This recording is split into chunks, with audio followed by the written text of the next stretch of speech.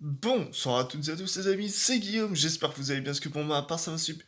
C'est quoi qu'ils affichent? Mon allée pour la chicha. J'espère que vous allez bien, parce que pour ma part ça va super comme d'habitude, et on se retrouve aujourd'hui, comme vous l'avez vu, pour une petite session anecdote qui s'est passée avec des reptiles. Alors il y a l'émier, enfin il y en a une de moi là pour cet épisode, je le ferai en deux fois, parce que c'est... Vous continuez à m'envoyer des messages en fait au moment où je tourne, et ça fait 3 jours, donc faut peut-être que je tourne une première partie. Je verrai sur combien. Donc en gros, sur Facebook, je vous avais dit, donc je crois que c'est dans un seul groupe que j'ai fait ça, dans World of Reptiles, et où je vous ai dit, tiens, par curiosité pour une future vidéo, racontez-moi, vous serez anonyme de toute façon, racontez-moi quelques petites anecdotes qui vous est arrivées. Et je me suis dit que ça serait pas trop mal. J'ai mes fiches là, donc laissez tomber le nombre qu'il y a, c'est malade. Et oui, je me suis coupé les cheveux. Enfin, confinement, couper les cheveux, tondeuse, c'est tout, c'est au même niveau partout, juste un coup de tondeuse et c'est réglé. On va commencer tout de suite, j'ai mes fiches, hein. Par donc juste Florian, je dirais pas ton de famille ou ton pseudo ou quoi que ce soit. Alors, perso, à mes débuts en Terrario, j'avais mis un gut juvénile dans un terrain en OSB sans boucher l'espace entre les vitres. Donc en gros, pour vous expliquer, il y a des vitres coulissantes. Bon, vous connaissez la plupart, mais pour ceux qui ne savent pas. Donc par exemple, les Exoterra, je crois qu'ils en ont pas. Ils ont un petit crochet en bas, je crois. Mais en OSB, c'est des coulissantes. Donc il y a un petit espace en fait qui fait en général ça, à peu près. Sans boucher l'espace entre les vitres. Je te laisse imaginer la suite. Je l'ai retrouvé le lendemain, donc il devait être en très bonne santé, hein. On m'y reprendra plus. Donc il y a eu une petite fuite, on va dire, du terrarium pour Flo.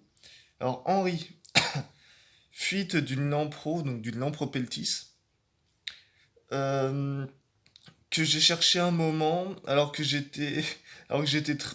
était tranquille sous son terrain, surélevé, entre parenthèses, hein, il était surélevé, donc il a pu se faufiler. Je mettrai des photos entre temps, bah, je vais me mettre comme ça les photos je vous les mets là, comme ça vous serez plus tranquille. Ou peut-être comme ça. Ouais, je vais me mettre comme ça va être plus simple en fait. Euh, Fut d'une lampro que j'ai cherché un moment alors qu'il était tranquille sous son terrain surélevé, bien au chaud, plus une série d'évasions, donc il m'a expliqué qu'il en avait eu plusieurs comme ça en fait qui se sont barrés pendant un nourrissage, donc en gros il avait mal fermé les terras, du coup ils se sont barrés pendant qu'il était pas dans la pièce. Numéro 3 donc alors c'est pas en top, hein, donc j'ai juste noté dans l'ordre où j'ai chopé ça. Valérie, moi là, ah oui, celle-là m'a bien fait marrer. Moi la honte, une crise pas possible, j'ai versé toutes les larmes de mon corps, je ne trouvais plus ma gueule. Oh, pardon, j'ai cogné dans le bord de la table, je me suis niqué le pied, le petit orteil, le mini vicaire que j'appelle ça. Je ne trouvais plus ma gueule, j'ai enlevé tous les décors et rien. Mon mari rentre, zen comme toujours, se moque de moi, sûrement à cause de mon état, je pense. Mais elle était bien dans, mais elle était bien dans son terrain, mais sous le substrat MDR. Je ne savais pas que ça pouvait se cacher là. Franchement, alors moi j'ai eu des flips aussi, mais je vous raconterai ça plus tard. Et Florian a rajouté donc en dessous, en répondant à ce commentaire, que lui, il avait eu la même chose chez lui aussi. Numéro 4, Nathan. Moi, une de mes gueules juvéniles qui s'est enfuie de son terrain, qui a été retrouvée 2 mois plus tard dans la baignoire. En plus, c'est ma mère qui l'a retrouvée, imagine la panique. Alors j'imagine beaucoup, et la surprise que t'as dû avoir toi dans ta baignoire en allant prendre enfin ta mère qui voulait simplement sûrement prendre sa douche ou je sais pas quoi, qui doit retrouver un serpent dans sa baignoire, ça devait être pas mal. Ça va, c'est un juvénile, donc ça devait être petit. Alors, cinquième, donc c'était moi. Donc je vais. Alors c'était à propos de quoi? Parce que j'en ai lu plusieurs. Ouais, bah, j'ai pas trop besoin de vous. Ouais, je vais pas mettre de photos de toute façon, donc je me décale.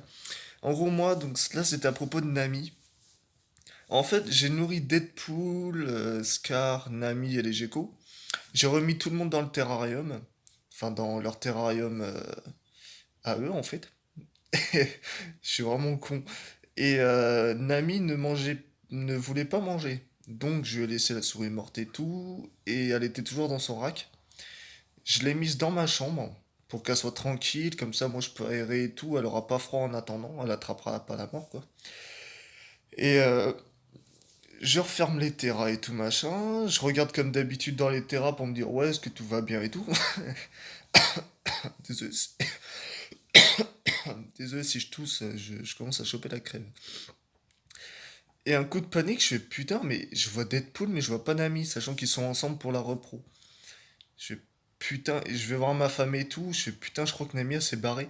Je regarde les ventilations et tout, parce que les ventilations font cette taille, donc elle peut largement se faufiler dedans. Mais normalement, elles sont fermées. Enfin, il n'y a pas de moyen qu'elle se barre. Bah, mon cul, en fait, c'est juste que je l'avais pas remis dans le terrain et qu'il était tranquillement en train de manger dans la chambre. Dans ce cas-là, je me sens vraiment con, en fait. Donc, numéro 6 Virginie. Une fois, un de mes geckos s'est sauvé de son rack. Donc, bah, dans les geckos, on peut les mettre dans des racks selon les éleveurs. Je crois qu'il y a une photo, donc je vais me décaler. Euh, le soir même, je l'ai retrouvé dans mon lit. Il cherchait la chaleur.